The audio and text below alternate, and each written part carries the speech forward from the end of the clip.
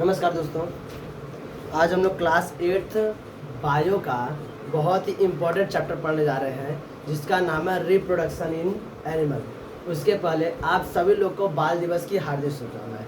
आप सभी को पता है कि आज 14 नवंबर है और 14 नवंबर को हम हर वर्ष हमारे भारत के जो प्रथम प्रधानमंत्री थे उनका जन्मदिवस को हम लोग बाल दिवस के रूप में मनाते। तो आज 14 नवंबर है, तो आप सभी लोग को बाल दिवस की हार्दिक शुभकामनाएं।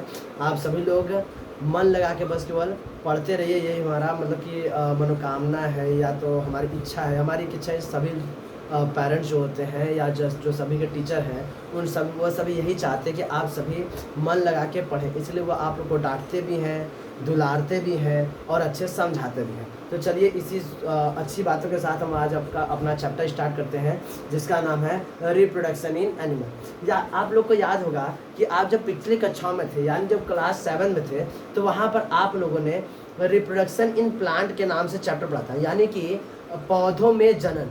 तो पौधों में जनन में आपने जब पढ़ा था तो वहाँ पे आप लोगों ने जनन क्या होता है यानी रिप्रोडक्शन क्या होता है उसको आप लोगों ने भली बात समझ लिया था। तो उसी तरह हम लोग इस चैप्टर को स्टार्ट करेंगे। तो नाम है रिप्रोडक्शन इन एनिमल यानी कि जंतुओं में जनन। उसके पहले हम लोग एक बार अपने टॉपिक को रिवाइज कर लेते हैं कि एक्चुअली में रिप्रोडक्शन मीन्स होता क्या है, यह रिप्रोडक्शन किस चिड़िया का नाम है ये हम लोग अभी समझेंगे। तो आप ध्यान देकर रिप्रोडक्शन क्या होता है, तो यहाँ पर लिखते हैं हम क्या होता है। तो reproduction means what is the meaning of reproduction. The reproduction it is a process, it is a process. Reproduction क्या है, एक प्रोसेस है। तो reproduction is a process by which the organism reproduce और give birth to young ones of their own kind. यानी कि एक ऐसा प्रोसेस जिसके द्वारा कोई भी ऑर्गेनिज्म लिविंग ऑर्गेनिज्म कोई भी लिविंग ऑर्गेनिज्म अपने ही जैसे एक नए यंग वन को जन्म देता है या प्रोड्यूस करता है। That process is known as the reproduction. बात समझ रहे हैं, इसका मतलब रिप्रोडक्शन क्या है कि एक प्रोसेस का रिजल्ट होता है। क्लियर। तो what is the meaning of the reproduction. The reproduction means it is the process by which the organism produce और give birth to their own kind. और इसमें आप ये ध्यान रखिएगा कि कोई भी लिविंग ऑर्गेनिज्म है वो अपने ही जैसे यंग वन को प्रोड्यूस करता है या बर्थ जन्म देता है। बात समझ रहा है। जैसे अब एग्जांपल लीजिए, जैसे अगर कोई काऊ है तो काऊ जब प्रोड्यूस करेगा यानी अपने यंग वंस को जन्म देगा तो अपने ही जैसा जन्म देगा। यानी या तो हो सकता है वो कि बछड़ा हो या बछड़ी या गाय हो या तो बैल हो सकता है। तो उसी के जैसा होगा। ऐसा नहीं कि गाय है तो वो कुत्ते को जन्म दे दी या कुत्ता है तो गाय के बच्चे को जन्म, ऐसा नहीं होता है। तो कोई भी लिविंग ऑर्गेनिज्म है वो अपने ही जैसे यंग वन को जन्म देता है। That process known as the reproduction. Clear. चलिए अब आगे समझते हैं। यहाँ तक आप समझा। अब हम समझें what are the importance of the reproduction. Reproduction का क्या इम्पोर्टेंस है, यानी रिप्रोडक्शन क्या जरूरी है, न हो तो कोई दिक्कत है। तो हम लोग समझते हैं कि what is the importance of the reproduction. अब ध्यान से इसको समझिए।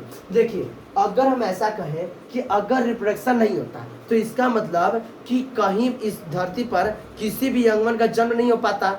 अब बात बताइए कैसे जन्म होगा, क्योंकि रिप्रोडक्शन प्रोसेस तो है ही नहीं। तो इसका मतलब अब ऐसे समझिए, जैसे अगर कोई हम एक आम का पेड़ लगा दिए हैं तो आम का पेड़ जब लगा दिए अगर रिप्रोडक्शन प्रोसेस नहीं होता तो यह आम का पेड़ अपने ही जैसे एक नए आम के पेड़ को जन्म नहीं दे पाता। अब नहीं दे पाता तो धरती पर दूसरा कोई आम का पेड़ होता ही नहीं। एक आम का पेड़ उसी को भैया उसको चारों तरफ घेर के बैठे रहो, इसको कुछ हो ना चाहे। तो इसलिए रिप्रोडक्शन जरूरी है। तो रिप्रोडक्शन क्यों जरूरी है तो समझिए। With the help of the reproduction यानी रिप्रोडक्शन प्रोसेस के हेल्प से द ऑर्गेनिज्म क्या बताएंगे, all organism ensure the continuity of species on the earth. यानी इस अर्थ पर रिप्रोडक्शन प्रोसेस के हेल्प से ही कोई भी ऑर्गेनिज्म अपने स्पीसीज को कंटिन्यू रखता है, अपने स्पीसीज को या जो उसका अपना काइंड है उसको कंटिन्यू रखता है इस अर्थ पर। अगर रिप्रोडक्शन प्रोसेस नहीं होता तो कोई भी स्पीसीज कोई भी ऑर्गेनिज्म अपने स्पीसीज को आगे कंटिन्यू नहीं कर पाता। बात समझ में आ रही है। चलिए अब आगे समझते हैं modes of reproduction. What is the modes of reproduction, यानी रिप्रोडक्शन कैसे कैसे किस तरीके से हो सकते हैं उसको हम समझते हैं। बात समझ में आई यहाँ तक। चलिए देखिए आगे समझते हैं। देखिए मोड्स ऑफ रिप्रोडक्शन। जो आप लोग पिछले कक्षाओं में जब पढ़े थे तो वहाँ पे अभी आपने देखा होगा कि रिप्रोडक्शन के 2 मोड्स होते हैं। Generally there are 2 modes of reproduction. First one is the sexual reproduction and second one is the asexual reproduction.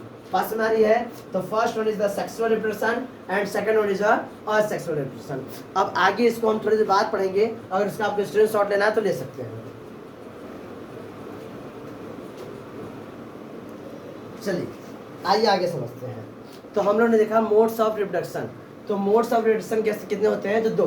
पहला असेक्सुअल रिप्रोडक्शन या सेक्सुअल रिप्रोडक्शन।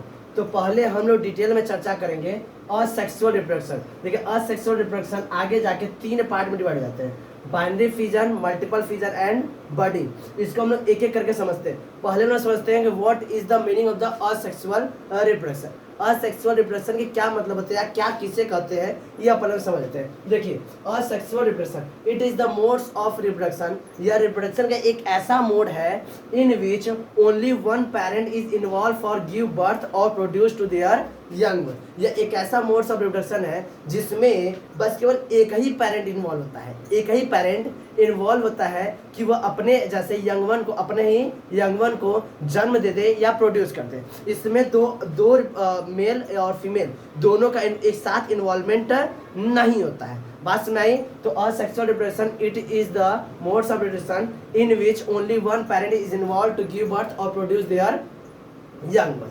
अब इसमें देखिए कुछ बातें आप ध्यान रखेंगे। क्या ध्यान रखेंगे? In this process there is absence of the reproductive organ. इसमें रिप्रोडक्टिव ऑर्गन क्या होता है? एब्सेंट होता है, उसका इसमें कोई रोल नहीं होता है। बात समझ आ रही है? चलिए आगे बढ़ते हैं। अब इसके बाद देखिए answer it generally occurs in the unicellular organism. यह ज्यादातर क्या होता है? यूनिसेलुलर ऑर्गेनिज्म में होता है। आगे हम जब बडिंग समझेंगे, जब बाइनरी फिजन समझेंगे, मल्टीपल फिजन समझेंगे तो यहाँ पर हम देखेंगे कि हम लोग जब एग्जाम्पल देंगे तो इस एग्जाम्पल में जो हम एग्जाम्पल देंगे जिस ऑर्गेनिज्म का वो यूनिसेलुलर ही होंगे। So we can say that it occur asexual reproduction generally occurs in the unicellular organism। ये बात समझ में आ रही है? अगर समझ में आ रही है तो इसका स्क्रीनशॉट ले लीजिए और आगे हम आगे और समझाते हैं।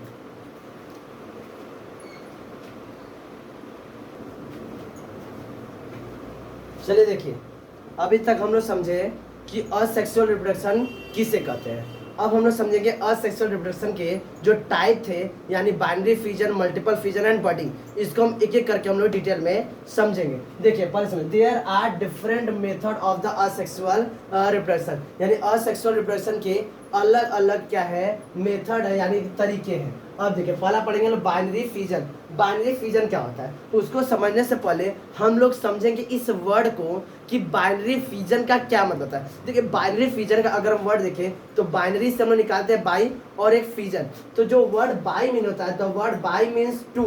बाई का मतलब क्या होता है? 2।